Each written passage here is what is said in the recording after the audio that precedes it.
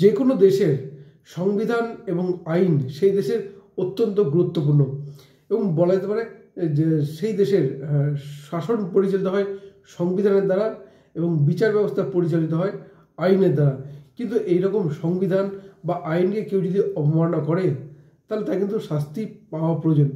আমরা যদি খুব কাছাকাছি বিষয়গুলো একটু মাথায় রাখি, পাকিস্তানের প্রাক্তন প্রধানমন্ত্রী ইউসুফ রাজা গিলানি তিনি কিন্তু আদালত অবমাননার কেস খেয়েছিলেন এবং যার ফলে তাকে কিন্তু রীতিমতো প্রধানমন্ত্রীর পদ থেকে ইস্তফা দিয়ে জেলে যেতে হয়।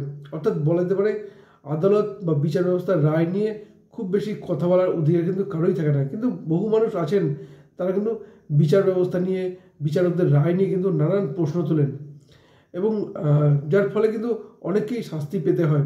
অনেক ক্ষেত্রে আদালত খুব একটা গুরুত্ব না দিয়ে হয়তো ভৎসনা করে ছেড়ে দেন। এবার বাংলার মুখ্যমন্ত্রী তিনি কিন্তু আদালত অবমান, তার বিরুদ্ধে কিন্তু রীতিমতো আদালত অবমাননার অভিযোগ উঠল।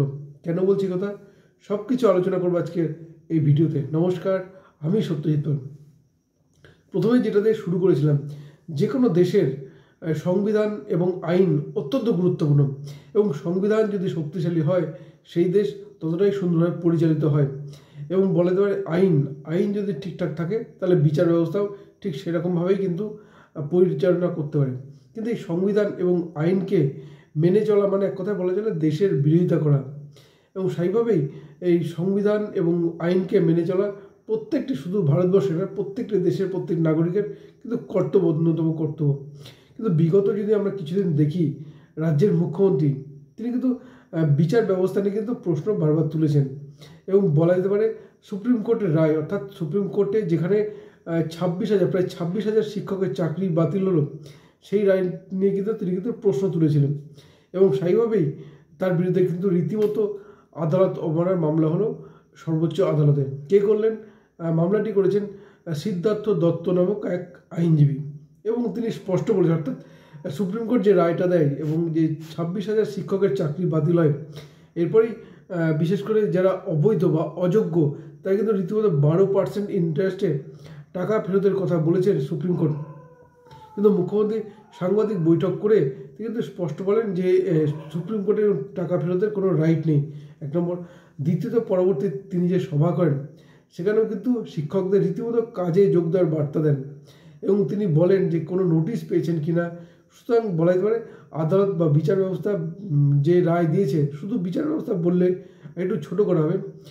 সুপ্রিম কোর্টের প্রধান বিচারপতি সঞ্জীব খান্না, তার বেঞ্চ, তার ডিভিশন বেঞ্চ কিন্তু এই রায় দিয়েছিল।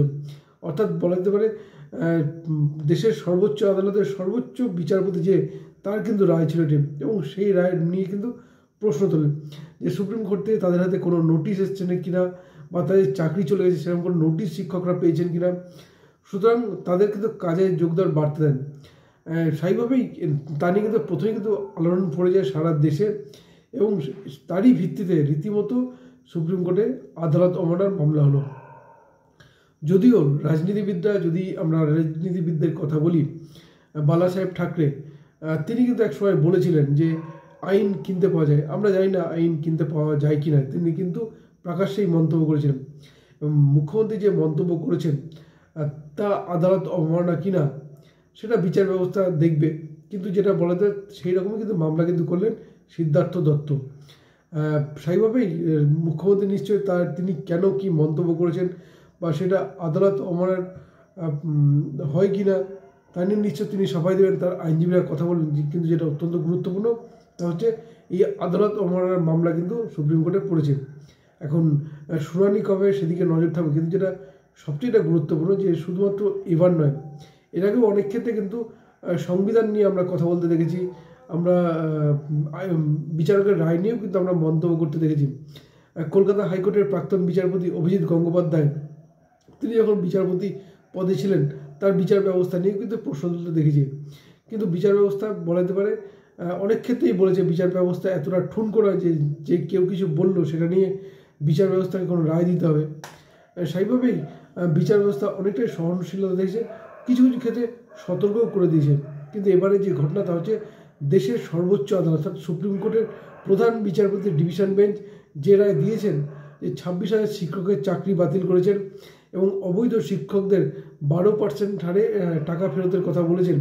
কিন্তু সেইখানে কিন্তু মুখ্যমন্ত্রী টাকা ফেরতের কথা বলা চলে না দেওয়ার কথাই বলেছেন এবং তিনি শিক্ষকদের রীতিমতো কাজে যোগ দেওয়ার কথা বলেন। তা কিন্তু বলা যেতে পারে বিচার ব্যবস্থার কিন্তু চাকরি চলে যাওয়ার কথাই বলেছিল। বলা চলে এক কথায় বলা চলে বিচারপতির রায়কে অমান্য করা, এমনই কিন্তু মন্তব্য তিনি করেন।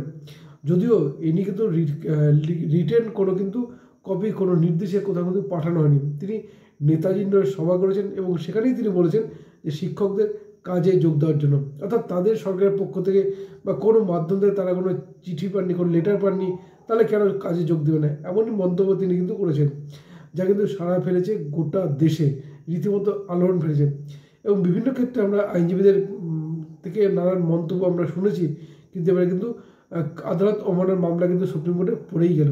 আর মামলাটি করলেন ডক্টর আইনজীবী সিদ্ধার্থ দত্ত।